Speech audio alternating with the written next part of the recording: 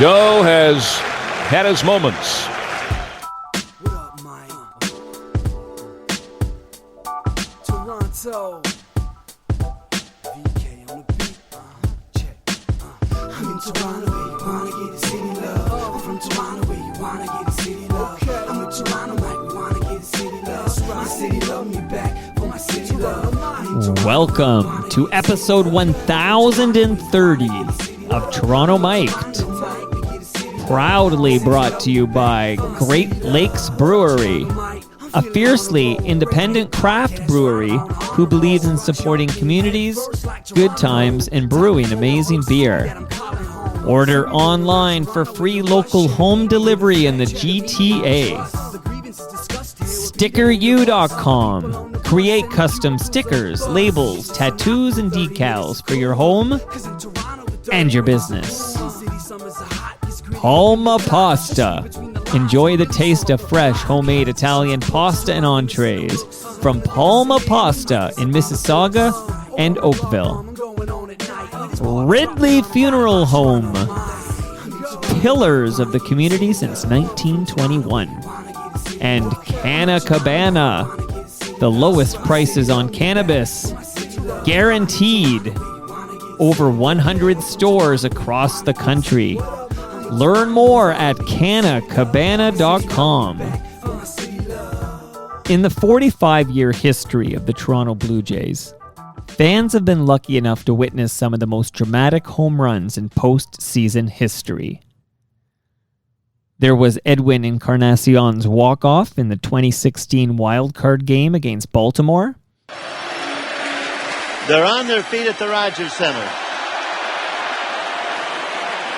Jose Bautista on deck, but Edwin's the man of the hour. The infield drawn in. Edwin 0 for 3, walked intentionally his last time up. Travis at third, Donaldson at first, one out. The Jimenez pitch. Fly ball deep left field. Yes, sir, the Blue Jays are going to Texas.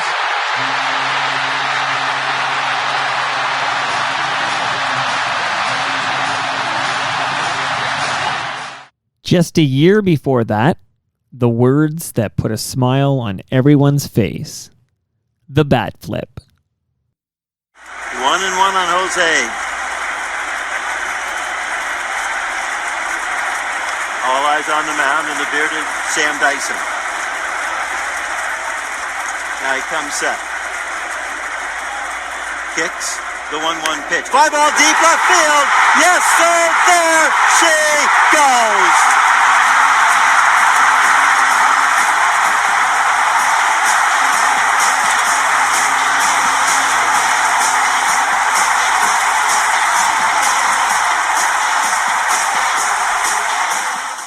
But the most important of them all took place on October 23rd, 1993, in the bottom of the ninth inning of Game 6 of the World Series. With the Jays down 6-5, 2 men on base, and 1 out, the Philadelphia Phillies' erratic closer Mitch Williams faced slugger Joe Carter. Joe has had his moments.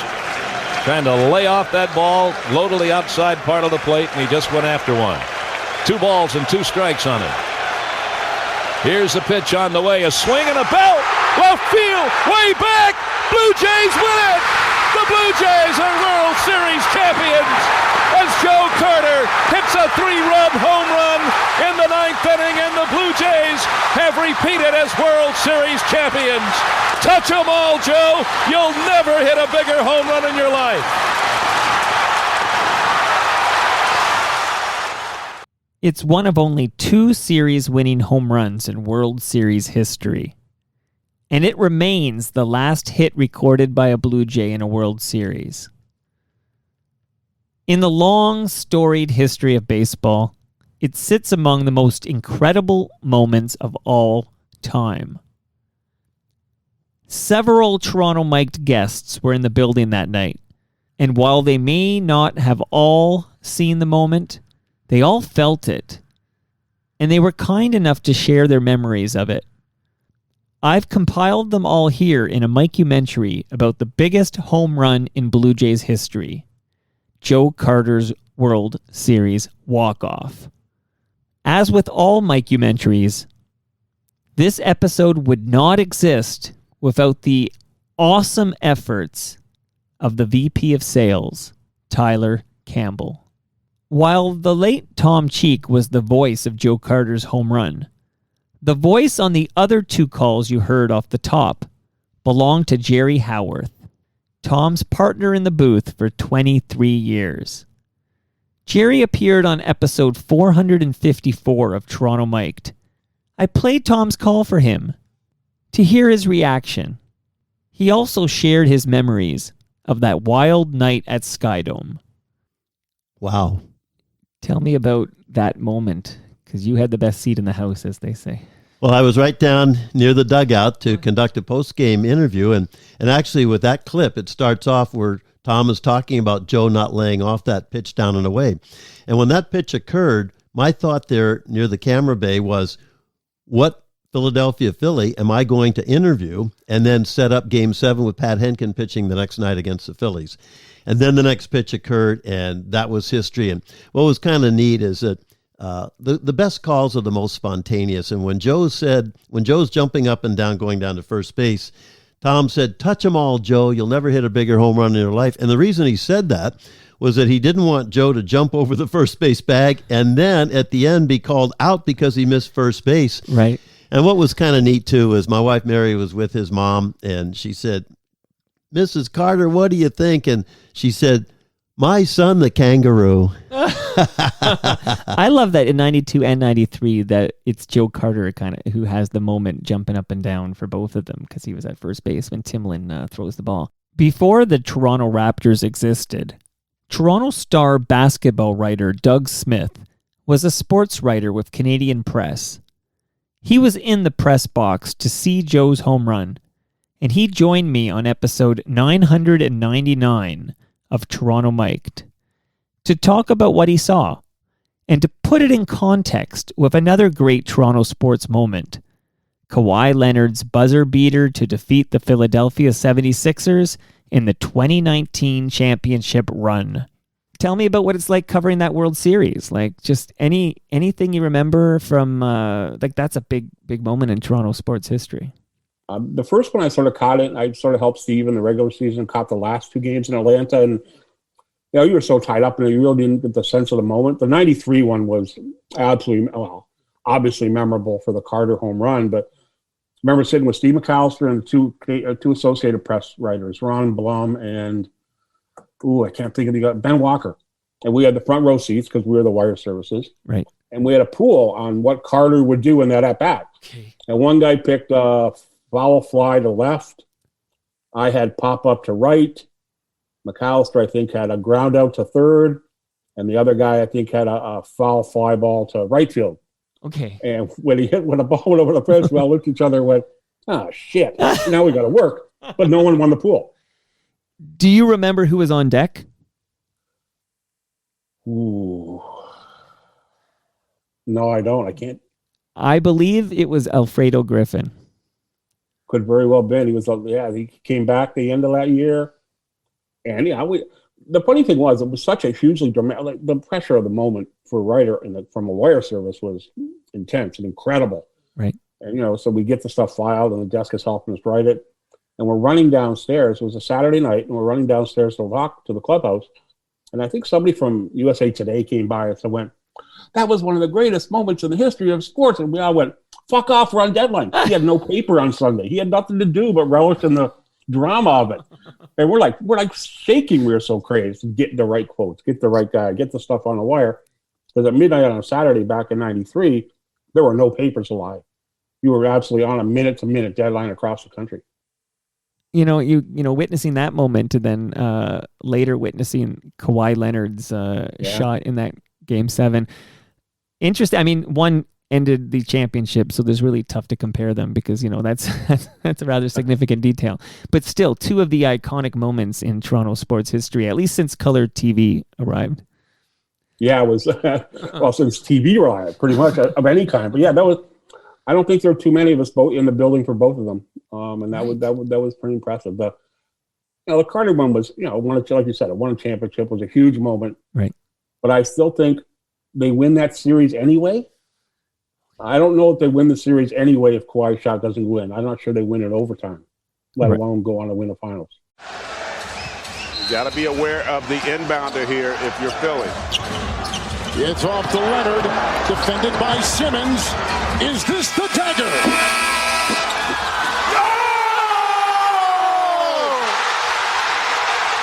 Game! Series! Toronto has won!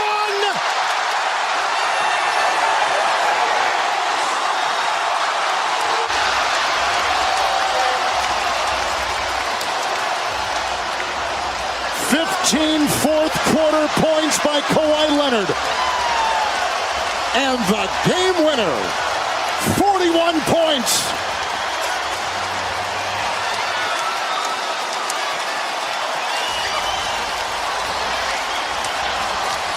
How about the bounce? And look at the fans in Toronto. They have had a lot of misery the last few years, and how about the validation for Toronto? Every once in a while, on Toronto Mic'd, a guest shares a story that becomes a part of the canon, one that comes up on future episodes with other guests who might know it. Dan Shulman, the voice of the Blue Jays on Sportsnet, entered the Toronto Mic'd canon when he visited for episode 325 of Toronto Mic'd, and told me where he was when Joe hit it out. You were there that night. Yes. What was it like? Because I've now heard from 600,000 Torontonians who were there tonight, but you were really there. Okay, so I'll tell you a funny story, which I guess you don't know, or you would preface this differently. So, my job, as I said, was doing the postgame show, pregame show, postgame show, 1993. I didn't have any responsibilities during the game, so I had, through the Blue Jays, I had purchased 2 tickets to every game. So I'm sitting in the seats down the right field line. Philadelphia takes a 6-5 lead going to the bottom of the ninth. 50,000 people there. I've got to be in position in the lobby of the hotel, which is a different setup now than it is now. It's called just called the Skydome Hotel, I think. I can't remember what it was called, but it was in the lobby of the hotel out in center field. So as the game goes to the bottom of the ninth, as the top of the ninth ends, I leave my seat and I start making my way towards the lobby of the hotel because I've got to be in position. And there was this freight elevator that they would let us use to try to kind of avoid the crowds. And it was one of these that has, it looks like a cage, like the door closes side to side, and then the other one. I think I've been in this. Is this how I get to Andrew Stokely when he's doing audio? You probably do. Yeah. So I get in this elevator, and it's just not going anywhere. And, there's a big crank to close it, and it just takes a couple of minutes to go anywhere. And all of a sudden, I feel this like an earthquake. And I'm in the damn elevator when Joe Carter hits the home run that wins the World Series, and didn't see it till for who And there's knows no how long. smartphones back then. No You don't even get the real-time alerts. Nothing. Throughout the 80s and 90s, Scott Ferguson was the host of Jays Talk, the post-game wrap-up show on CJCL. Of course, Scott was there on October 23rd, 1993, and he shared his memory of that night, as well as his reaction to Dan's story on episode 639 of Toronto Mic'd. And then when they won it the next year in Toronto and Joe Carter's infamous home run, I couldn't believe that one. And I was supposed to go on the post-game show with Dan Shulman, but it took me over half an hour to get from where our broadcast location was down through the Blue Jays dressing room and over to the hotel on the other side where Dan was. So I almost missed at least a third of his show because I couldn't get through the crowds. There were so many people there. And you remind me of a story Dan told me on this very show on Toronto Mic'd, where Dan talked about being stuck in a Skydome elevator when Joe Carter hits that homer. Yeah, he had to get to a certain location to do his show and thought he'd leave a few minutes early, catch the elevator, and the elevator jammed or something, and he was stuck in it. Wow. And I think that's the first time I heard that story was on your show. Oh, good. And I couldn't believe that. He didn't tell me that night. I'm sure he didn't. Of course, I couldn't let Jerry Howarth leave my basement without asking him if he was up to date on Dan Shulman's entry in the Toronto Mic'd canon. 2 things of interest I find like fun facts about that moment. One is, do you remember, Jerry, who was on deck? Yes, I do. That's a great trivia question because in my baseball background with the San Francisco Giants, the biggest and most famous question was who was on deck when Bobby Thompson hit the home run off Ralph Branca, the shot heard around the world, and that was Willie Mays, a rookie. And Willie said later, "I'm so glad I didn't have to come to the plate." Well, here it was Alfredo Griffin, and he was ready to go, and I'm sure he was very happy, too. He did not have to come to the plate. Do you know where Dan Shulman was when Joe Carter hit that home run? No, I do not. Okay. He's been on the show, and he tells the story. He was in a Skydome elevator, stuck in a Skydome elevator when the home run was hit. Yes, I have it on. I've recorded it. Absolutely. So Dan Shulman. I think he's probably told that story many times now, but he tells it on his episode of Toronto Mic'd. But that's another fun fact about that moment. In 2021, broadcaster Rod Black made 2 legendary back-to-back appearances on Toronto Mic'd. Rod was there that night too, interviewing players in the Jays clubhouse. In episode 800, I played a clip for Rod of his post-game interview with East York's Rob Butler, and Rod shared his thoughts on that and the scene at the Dome that night. I took all this effort to pull it. So this is just a little bit after the 93 walk-off by the great Joe Carter, who we'll talk about also in a moment. Here we go. How does this feel? Butlerville's going crazy. East York's going crazy. All I want to say is I love you all. I love everybody in Butlerville. I love everybody in East York. I love everybody in Canada. Woo! How does I know I talked to you earlier this season about your first major league RBI. And I talked to you recently about what it was like to be in the series, to help contribute, to get a chance to play at the plate, to know that you were here and to accomplish a dream. How does that all feel? It was a dream. It's all a dream that has come true. I can't believe what I'm feeling. I can't keep my feet still. Partway through the game that I couldn't even watch. I was so nervous about the outcome. And I saw you in the tunnel. You didn't want to watch the game in the 7th. What did you think when Joe Carter put it out? I was sitting on the bench and I was saying, Joe, if there's any time to do it, baby, do it now. And he did. And it was just, pandemonium. I can't even remember anything after that, just running. Family and friends watching. A kid grows up and dreams about being here. Talk a little bit about the emotion being felt in Butlerville right now and from your family and friends who are watching. Well, from everyone. And your brother. Oh, my brother, anyone who's always supported me. And, I wouldn't be here without them, to make it through all those days where you just want to give up. All those long bus rides. You're thinking, man, is it all worth it? And they've been there for me my whole career. My brother and I have been out there practicing every day, making all this happen, and it has happened. Rich, woo! I love you, Rich. Rob Butler, very happy. Enjoy yourself tonight. Jerry Dobson, back to you. Oh, that to me just gives me chills because. Well, first of all, winning that World Series, that I was there in 92 as the host. That was special. First time I'd ever been around a major championship like that. Discounting, although it's still my favorite, is still the Bombers winning in 84. That was the first time I had been around it. But to see the Blue Jays win and to be around it, it was in Atlanta, obviously. But I was right in the dugout in the tunnel area, thinking that we're going to Game 7. I remember Buck Martinez was there as well, working for TSN. We were broadcasting it. Dave Stewart comes out of the game and whips the glove, and he's got that high-pitched voice. A blood-curdling scream comes like primal, and whips his glove as he came out of the game, throws it down. I see Rob on the steps, head down, almost like he was praying. It was not a good feeling until that 9th inning, and then of course the explosion afterwards, and we all know what happened, and the city and the country went crazy. But you know what, that was, to me, it's most significant is that Rob Butler became so close to me through the years afterwards because he became a coach for my kids. I took my kids to Butler Academy, and Rob and Rich Butler, I will tell you right now, I haven't seen Rob or Rich in years, but I have 2 kids who are playing NCAA baseball in the United States. The only reason I will tell you that they're there is, well, number 1 is they love the game. Number 2 is because Rob and Rich were such great developers at young age. They were like 10 and 11 when they went to the Butler Academy. And there's so many other kids who have been able to do that. And I watched them coach kids.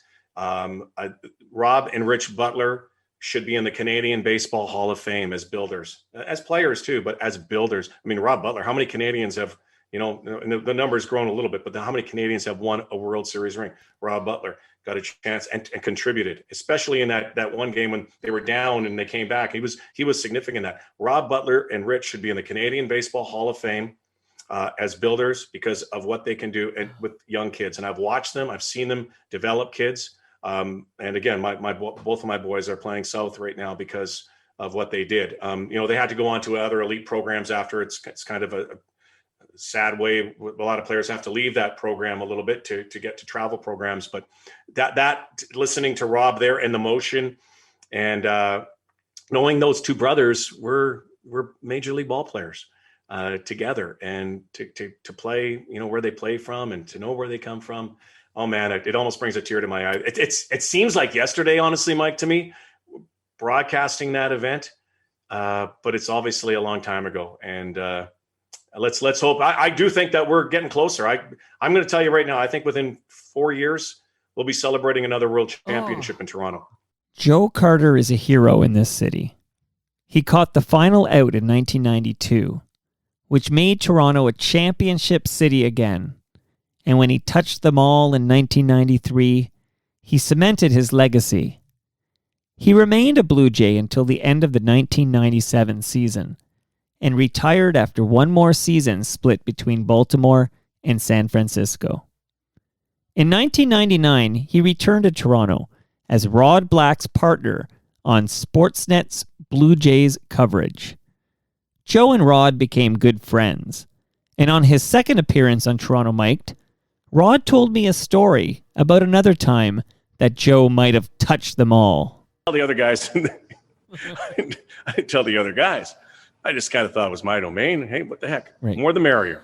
So, you know, I'm staying up a little bit watching late Masters highlights. I think I was watching some baseball or basketball at the time. It's like 1 o'clock, still no Joe Carter, 2 o'clock. It's like 3 o'clock in the morning. Rodney, sorry, we got lost. I said, I'll be there. I said, give him the address. This is kind of before the GPSs. Finally pulls up in our driveway. He goes, oh, man, this is a great place. I said, yeah, great, man. Let's go find you guys a room. So we get in, and of the 8 rooms, the ones that we had beds. The rest, there were no beds. Oh. I didn't know that. So there are no beds in the rooms. I'm feeling terrible. But I'm not giving up my bed. I don't care who it's for. But I was going to give it to Joe. I might have even slept with Joe. That would have made it very interesting. I did sleep with Joe once. I could tell you that story later, too. So I didn't know what to do. And then I thought the couch, the couch is a pullout. Well, and it's beautiful. But it didn't pull out. So now here's the president of Toys R Us and Joe Carter, World Series hero, 1993, one of the greatest Blue Jays of all time, great friend of mine. He goes, don't worry about it. This is typical Joe. We're good. We're covered. He goes out to his car and he pulls in an air mattress, and they go in the dining room. They put the air mattress down, and they sleep in there. And they put the covers up and they go sleep in the dining room. Right. I thought, man, that says a lot about Joe. I mean, okay, no prima donna here. Anyway, I go to bed. It's like 4 o'clock. And then I wake up in the morning and I'm not sure if it was Weeksy or my producer. They're waking me. Rod, there's this black man and a white man sleeping together in the dining room. And one of them suspiciously looks like Joe Carter. And I said, well, it is Joe Carter. What?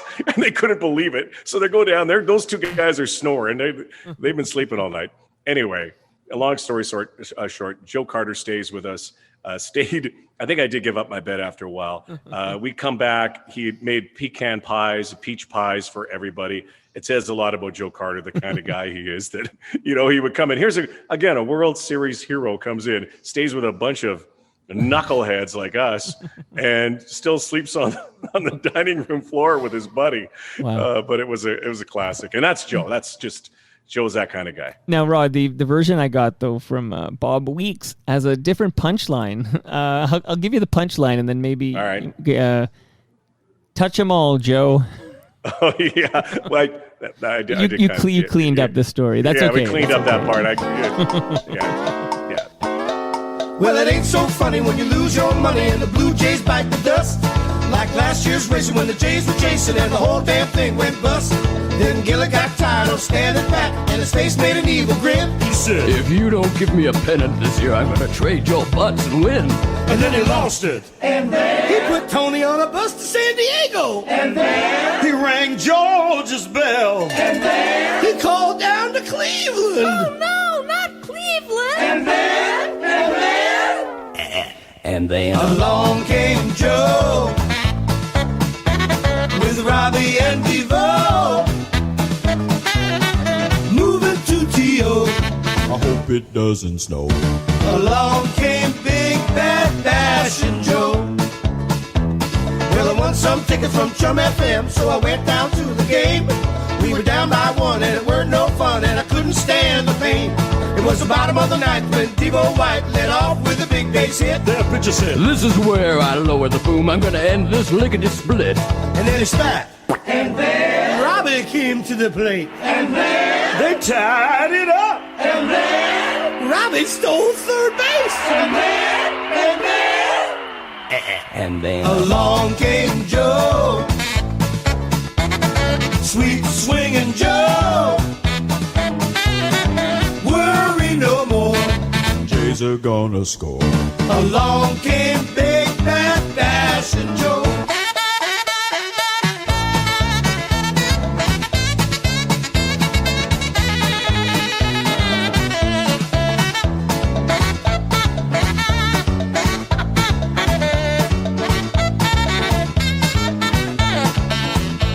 Now we're number one and we're having fun, and the Jumbotron shows proof with replays of Big Joe and the Jays when they knock them through the roof.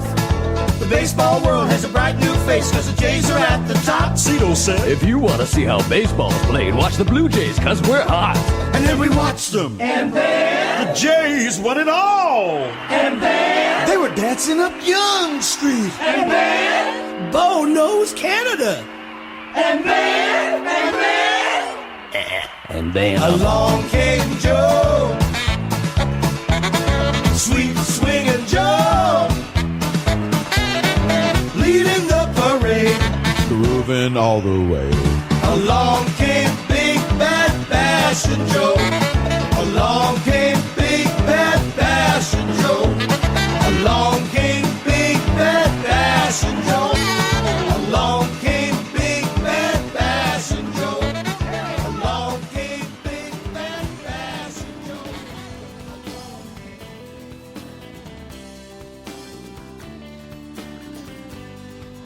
And that brings us to the end of our 1030th show. If you enjoyed this Mikeumentary, there are others in the archive. There's one on Harold Ballard. There's one on the Team 1050 radio experiment. And there's one on the pen flip. Shout out to Dave Hodge. You can follow me on Twitter. I'm at Toronto Mike. Our friends at Great Lakes Brewery are at Great Lakes Beer. Palma Pasta is at Palma Pasta. Sticker U is at Sticker U. Ridley Funeral Home is at Ridley FH. And Canna Cabana are at Canna Cabana _ See you all next week. Check ass just come in. Where you been? Because everything is coming up rosy and green. Yeah, the wind is cold, but the smell of snow warms me today.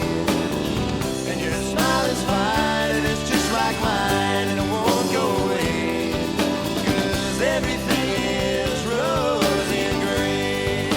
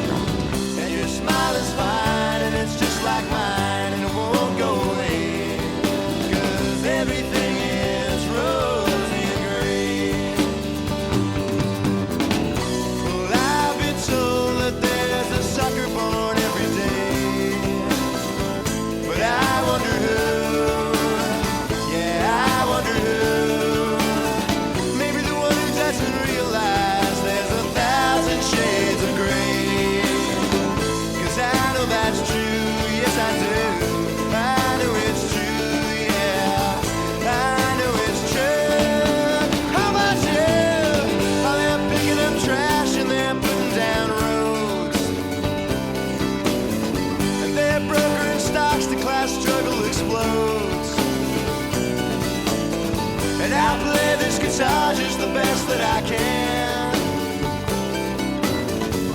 Well, maybe I'm not, and maybe I am. Who gives a damn? Because everything is coming up rosy and green.